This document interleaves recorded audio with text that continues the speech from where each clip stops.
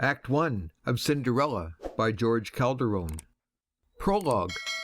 The theatrical manager comes before the curtain and introduces the play with a short speech, in which he says that he has endeavored to please both generations, providing Ibsen for the young and pantomime for the old. The result is a pantomime as Ibsen would have written it, if only it had occurred to him to write one. Cinderella, Act 1, Scene 1. Before a drop scene. Red light and a gong. Enter a demon. What ho! I am the spirit of the night, and to do evil is my chief delight. When I see people happy, I am sad. Nothing seems good to me unless it's bad. Good girls like Cinderella drive me wild.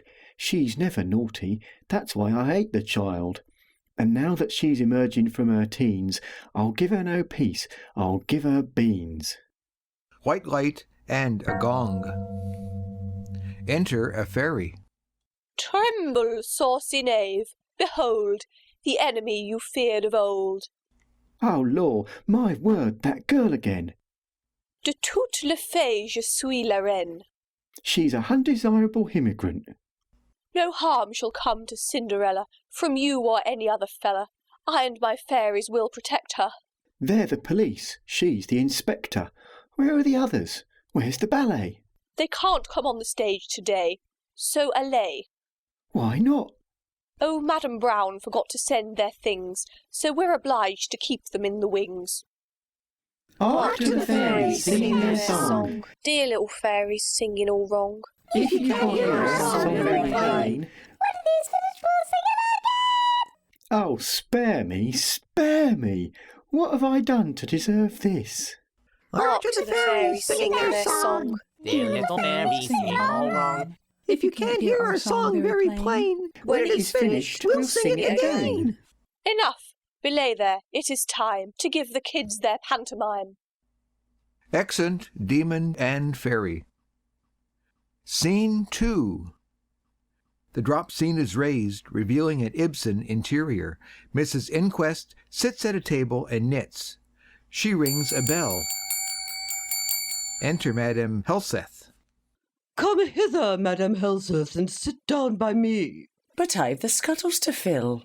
No matter, come hither. I want to talk. Soliloquies are not allowed in modern plays. It is necessary that I should have a confidant. I'll take my sewing. I am a lady of middle age and prepossessing aspect. My name is not Mrs. Twankey, it is Mrs. Inquest. A nice, cheerful sort of name with a Scandinavian ring about it. I do nothing all day but knit, knit, knit. It has some sort of symbolical meaning. I never open a book. We none of us ever do. There are no books in the house except what we write ourselves. We sit and brood over our sorrows. We are a peculiar family, all of us. We are a thing apart. Our names all begin with an H. There's Hilda and Hedda and Helseth. And Inquest. We are all fond of pickles, and all our uncles drink, and we all have green eyes of a peculiar shade. Oh, good gracious, Mrs. Inquest, I've heard all this a dozen times before. Very likely, but those good people over there haven't. The name of this house is Rosemersholm.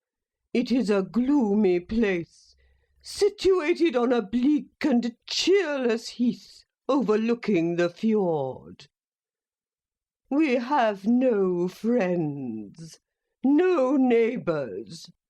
There is no human habitation within miles and miles, except the gasworks.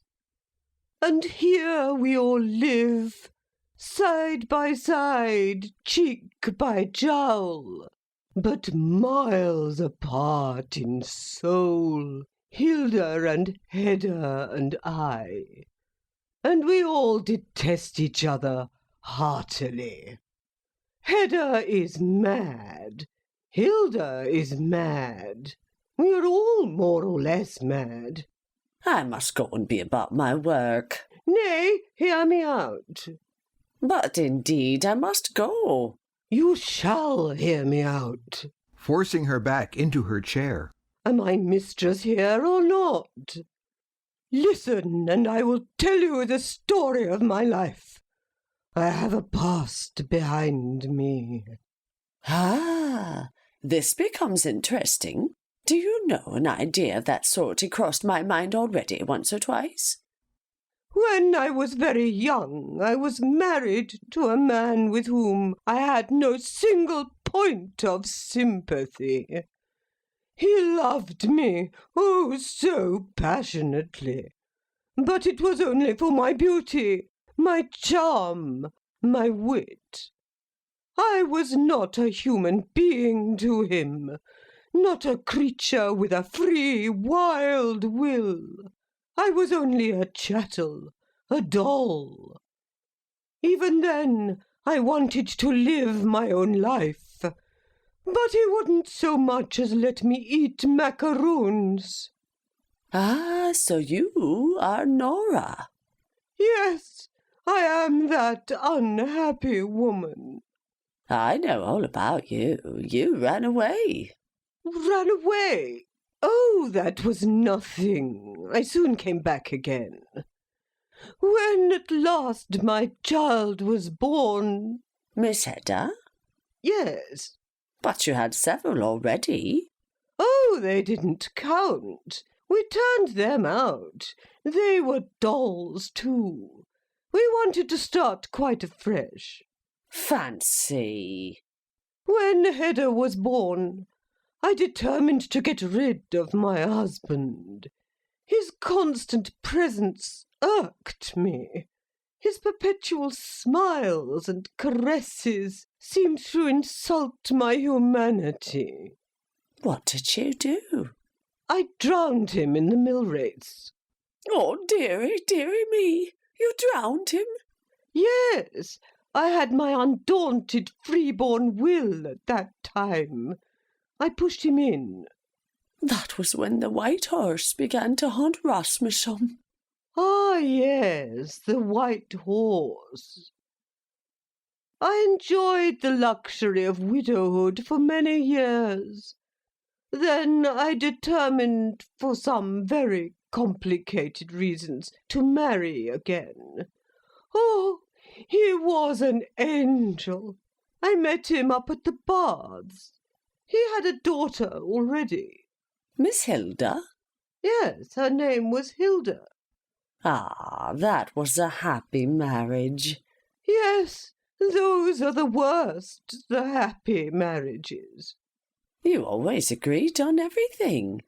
Yes, I always insisted on that. But I was bored, mortally bored. All this happened as usual, you will understand, together with a lot of other complicated circumstances, 15 or 20 years before the play opens.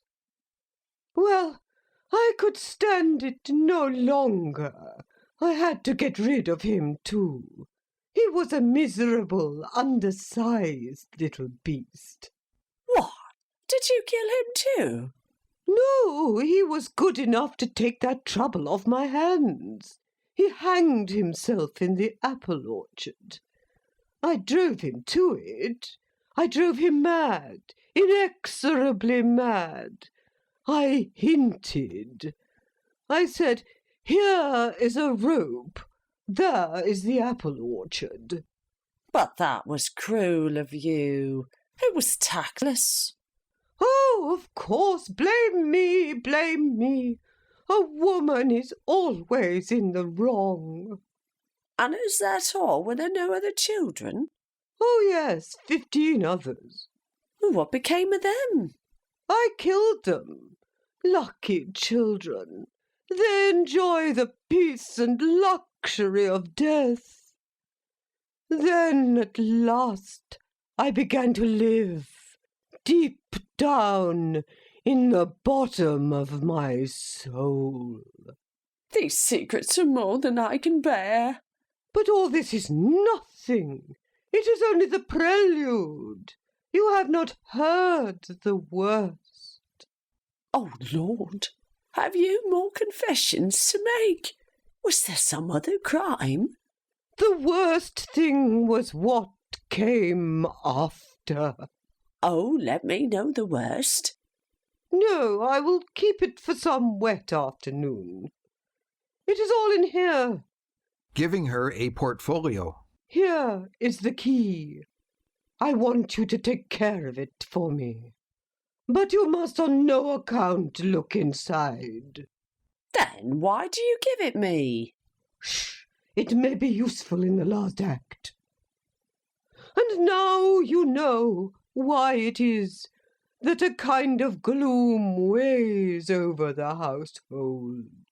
The White Horse, yes, yes.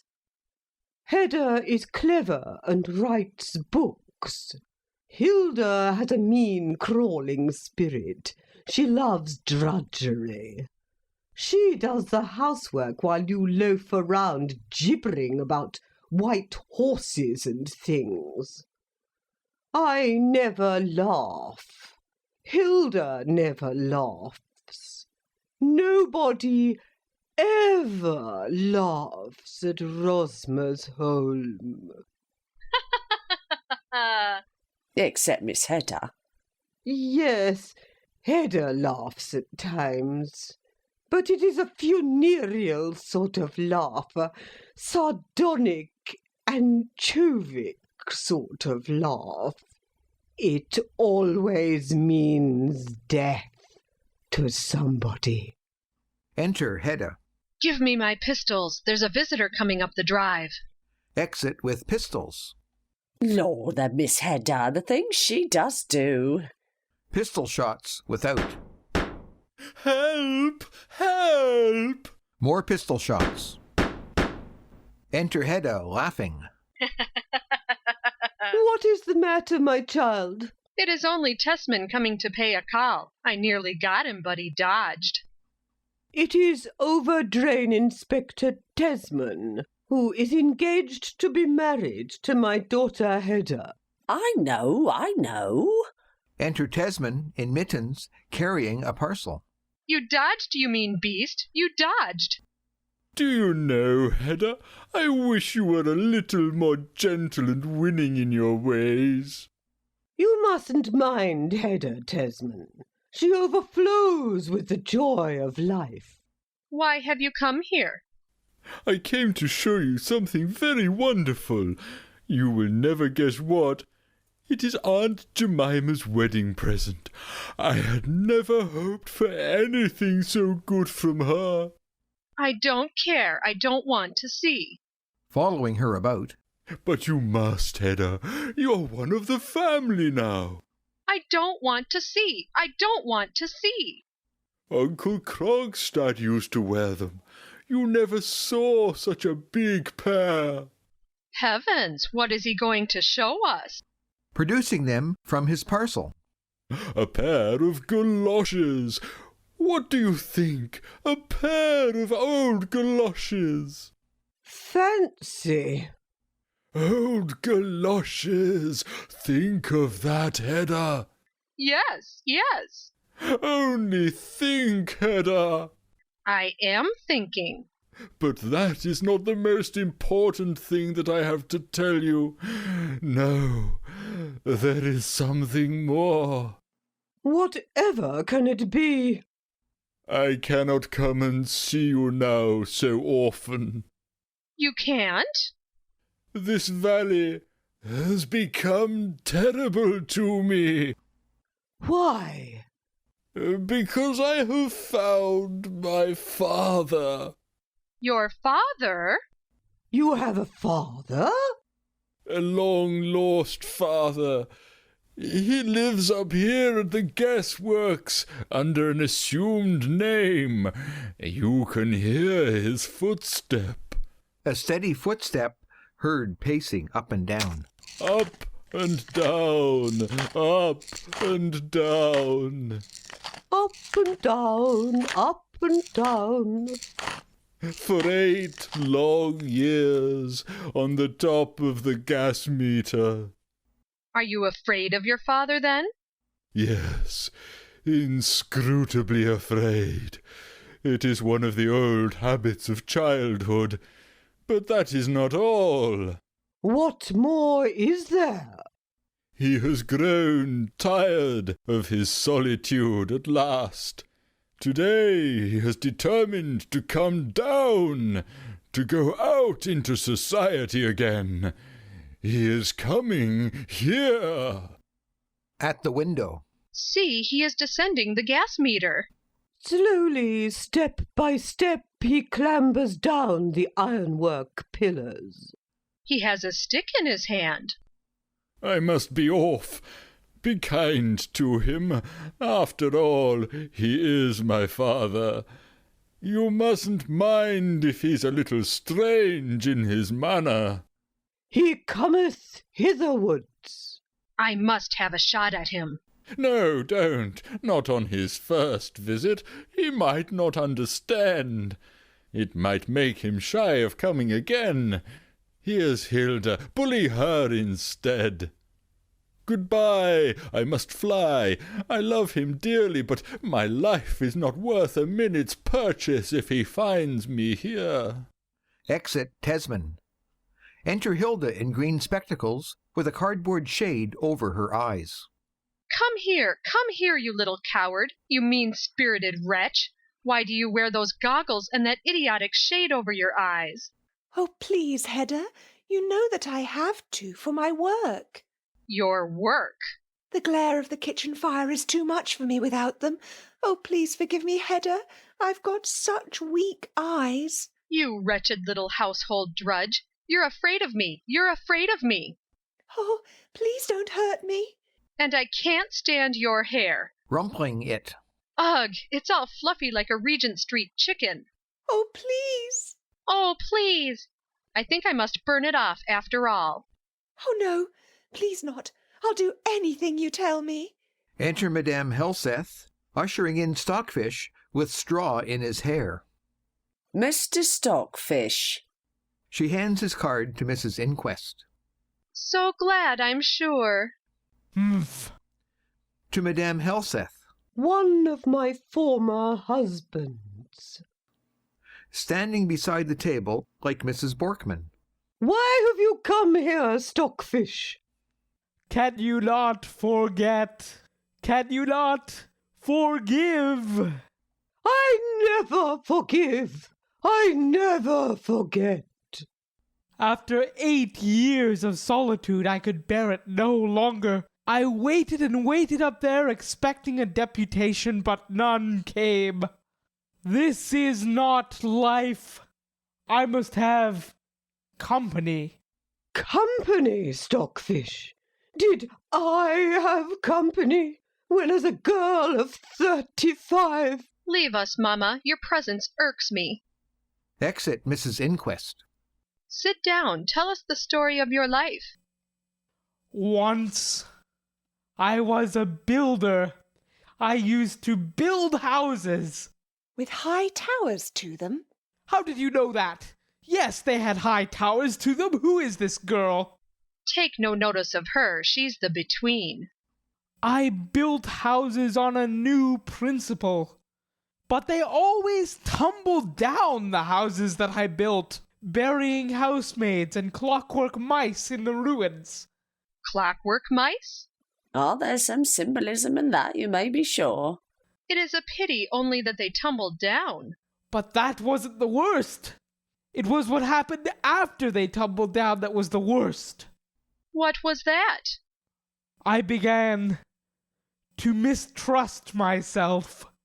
To mistrust yourself? Ah, that is the worst sort of mistrust. Yes, I began to doubt whether I had any great mission, any special message to the world in the architectural line. Others began to doubt it too. I began to be known as the plaster builder. I resolved to begin a new life. I resolved to build no more houses. You were quite right. Houses are so irrelevant. I said to myself, I will build gasworks instead. Ah, to light the town. That is a great need of the local situation. No, that is where I had been wrong all my life. I had been trying to serve mankind. I had been trying to do something useful. Useful? How I hate that mean, ugly word. I said, I will no longer do what is useful. I will no longer build little humdrum houses for little humdrum people to live in. I will build gasworks out in some wild, desolate spot, far from all human habitation, among the peaks and the great waste places, where they can never, never be of any use to anybody at all. Oh, that was noble of you, Stockfish. Do you know what I am? I am an idealist. Whatever I do has a symbolical meaning. And the gas? That is symbolical too. I cast off my family. I changed my name. Why? Do you not understand? I wanted to start quite afresh. Besides, I owed money in the town. You were quite right. All that sort of thing is so irrelevant. The soulless toil of the wage earner has always aroused a sickening aversion in me. That is why I cast off my son, Tesman. Tesman? You know him? Oh, slightly. Ahem. You'd better go and get on with the housework, I think, Madam Helseth. Exit Madam Helseth. He insisted on working. He worked nearly 6 hours a day and lived on what he earned. Shame. He haunted me with the vision of the humdrum citizen, the good bourgeois. I said, "Épatant-le," and I patted him. He wanted to be respectable. I kicked him out. I want none of that. I should think not, indeed. Serve him jolly well right. He is a drudge. Down with him. Besides, as overdrain inspector to the Stockholm City Council, he had condemned several of the houses that I built. And so for 8 long years I have been up in this valley, making gas that no one will ever burn. That no one will ever burn. How beautiful. The solitude up there at the gasworks is something awful. You can't think. You could cut it with a knife. What, are you quite alone? Shh! No, I am not quite alone. Is there some other person? No, it is not a person. Shh! It's a great secret. I keep it in the box room. You shall see it when you come up. Oh, what can it be? This evening you will see. At last I have grown sick of this life. Even gas-making palls in the end. This morning I said to myself, I will go out into society again. I will marry. Marry? One of us. I am engaged, but I can easily break it off. I have determined to give a party. I'm going to break the ice. I invite you to my party. This evening? Yes, just this evening. Oh, how ripping. Nonsense, you're not asked. Of course not. I only want the eligible ladies of the neighborhood. Just the county. And what amusements will there be at the party? We will play paper games. How beautiful! Long, dreary paper games. I'll go and ask Mamma. We shall have to titivate a bit, change our clothes and all that. Oh, clothes are so irrelevant. How I wish I could go too. You indeed. Ugh! I think I shall have to burn your hair off after all. Oh, please not, Hedda. Spare me. Spare me. I am weak and feeble. Exit Hedda. Oh, sir, I want to ask a favour of you. A favour? You? Mayn't I come to your party too? A tame little beast like you? No, indeed. I want no mouse faces about me, no lapdog muzzles, no turtle bills. Give me tiger snouts and ravening wolf jowls. Oh dear, why am I such a miserable, teeny-weeny little mizzler? I am enormously fetched by you, Stockfish. There is something very taking about you. Pah, scrub! Enter Mrs. Inquest and Hedda in hooded cloaks. To Mrs. Inquest. What, are you coming too? Stockfish, during 15 years I wrestled with another woman once for your soul, and now I mean to have it. Oh, Sophonisba, how will all this end? Exit Stockfish. To Hilda. Have the milk hot when we come back, and don't forget to feed the cat. And by the by, don't let anybody in while we're away. Who is likely to come? No one ever comes here. My sister has been seen in the hills. Your godmother, Aunt Judy. Aunt Judy? My godmother? Why, I never even heard of her. She's a bad lot. They call her the rat wife. Heaven grant that you may never meet her. Why, what was that? The white horse. Ugh, you wait till I get back. Exeunt Mrs. Inquest and Hedda. Heaven grant they may not meet the white horse on the way. All alone, all alone, all alone. Why, you've got me, dearie. Hilda sings a song expressing solitude and dejection. And now I suppose I shall have to spend the evening scrubbing those pots and pans. How I hate pots and pans. Are we downhearted? No. And I'm hungry too. They gave me nothing to eat. Lord love a duck, young lady. I'll toss you up a bit of a pancake for your supper in no time. I tell you what we'll do. We'll read Hedda's book together. That'll be a lark. What? Is Miss Hedda writing a book? Didn't you know? Yes, on deportment for young ladies. Fancy. That ought to be something quite new. A bell rings. Hark, there's the bell. Whoever can it be? I'll go and see. Yes, do. Exit Madam Helseth. Reading. My, the things Hedda does say. If Mamma only knew. Enter Madam Helseth. It's an elderly woman downstairs who wants to see you. Who is she?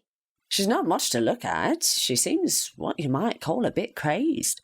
Balmy, so to speak, on the crumpet, and that's a fact. Ah, well, she won't be out of place here. Ask her to come up. I did. I told her to follow me, but she said she preferred coming her own way. A gong, music, and a red light. Enter Aunt Judy through a trap door. She has a hook nose and wears a Welsh witch costume with tall hat and cap frill. Well, here we are again. Pardon, seductive lady. You don't remember me? I don't think I ever had the pleasure. Why, I'm your Aunt Judy. Aunt Judy? The lady I wasn't to admit under any circumstances? Come in. Come in. I'm your godmother. I know. Your fairy godmother? What? Are you a fairy? Yes, I'm a troll. Singing and dancing. Fol-de-rol-lol, I'm a troll, I'm a troll. Fol-de-rol-lay, toujours gay. Fol-de-rol-lee, you'll never catch me. Fol-de-rol-lol-de-rol, lido. My elegant mermaid. What do you think of that? What an engaging old lady you are. Are you always as gay as that? Rather. I sing and dance all day and all night. Allegro con brio is my lay. And is it true you're a bad lot? Ah, they told you that. Fidonk, that's their spitefulness, my unspeakable jam-puff, because I went my own way without listening to them. Donnerwetter, mon cher, I was never cut out to be a myrmidon of morality. I'm an émancipée, that's what I am. I've always lived my own life, comprenez? What are corkscrews made for? Ahem, I say no more. Aha, you've been brought up by hand. You have hit it, gracious lady. I've signed the pledge 12 times. But bless you, Aunt Judy still remains the woman she always was. Since then they call me the rat wife. It's the jolliest thing in the world that anyone can be. Are you so fond of rats, then? Fond of them? I've got to be fond of them, whether I like it or not. I see rats, rats, rats everywhere. Big rats, little rats, pink rats with purple eyes. Look at them, rats. And pumpkins. They're all over the floor. And white mice, too. Jumping up on a chair. I don't see no mice. Ah, you wait till you've signed the pledge. They come creepy-crawly up in the beds all night long. They plump into the milk cans. They go pittering-pattering all over the floor, backwards and forwards and up and down, nibbling and gnawing and creeping and crawling, all the rats and the blessed little rat children. And I go about following and following after them, I and my lovely little dog, Mopsyman. What? Have you got a dog, too? A dog? Of course I have. A real dog? I should think so. Indeed. He drinks whiskey, too. Real whiskey? Yes, Scotch real. Mopsyman! Mopsyman! Enter Mopsyman. Ah, you should see him dance. Why, what's this? A pair of clogs? 4 of them. A pair for me, and a pair for you, Mopsyman. Ooh, let's have a clog dance. Aunt Judy and Mopsyman dance. Basta! I'm blown. So, the rest of the family have gone out to a party and left you all alone at home. Yes. I overheard all that they said. I was under the window. I said to myself, "What how, Capisco, meine Damen? I'll have my revenge. I'll put some stiffening into that tame little ash-cat Hilda, and twist old Inquest's tail. I've come to revolutionize you. You've got to stand up and be a man." Me? Oh, no, I'm a little soft, early Victorian thing. You can't stiffen me. What, are you contented with your position here? Oh, no. To be a drudge? A cinderminx? No, I crave for great things. Great, enormous, irrelevant things. Ha-ha! You want to live your own life. Yes, that's it. I want to live my own life. If only I knew how to begin. Odds ratikins, that's easy. Every woman begins with the same thing. What's that? A man. A man? Oh, my, how ripping. A little soft, whiskery man to crunch up in your dainty fingerkins. Oh, wouldn't I like it? Running about. Oh, where's a man? Where's a man? There's Stockfish, to begin with. Stockfish? You can practice on him for a start. Go up to the party at the gasworks. But Hedda would burn my hair off. Hedda, indeed. Who's afraid of Hedda? Disguise yourself. But how am I to disguise myself? I have it. Wash. I will. And fig yourself up in some of Hedda's clothes. Righto, I will. I will get myself up in the height of fashion. Aunt Judy and Mopsyman get out clothes. Hilda washes and dresses. There! What do you think of that? Be free! Be free! Don't let others prescribe your life for you. Don't be a myrmidon of morality any longer. Go it, you cripple! Paint the little homestead red. I will. I'm damned if I don't. Come, you're beginning to swear. That's better. Jumping across the stage like a kangaroo in a hobble skirt. Women must be free, untrammelled. We have been tied up too long. I'm going to be a new woman, a bold-faced jig. But don't you think they'll recognise me? Not they. It isn't much of a disguise, outwardly. But you're disguised mentally. That's the important thing. And what am I to do next? Something symbolic. Something to show your new-found freedom. I know. Hedda said she would burn off my hair. Well, I'll tell you what. I'll burn Hedda's book, her manuscript on deportment for young ladies. What a lark! She burned Lovborg's book, you know. Serve her right, the cat. That'll learn her. Burning the manuscript. Now I'm burning your child, Hedda. I am burning your child. What-ho, she bumps. This is prime fun. Why wasn't I a suffragette before? Now let's be off. But how are we to get there? I can't walk. It's raining. Enter Madam Helseth. Law, Miss Hilda, you do look a swell. Well, I never. Miss Hedda's feet you too. We're going to the party. But you can't walk, not in them shoes. Now for some of those rats and mice and pumpkins of yours, Aunt Judy. Oh, but they're only imaginary rats and mice. They won't take you anywhere. Why, here's the very thing, just at the door. A pair of... Horses? White horses? No. A pair of galoshes.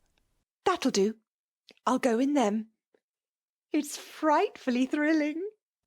Exeunt Aunt Judy, Mopsyman, and Hilda, trailing her big galoshes. Enter the fairy. Behold me, Cinderella, in your hour of need. What time the others to the party speed? Would you not like to go as well?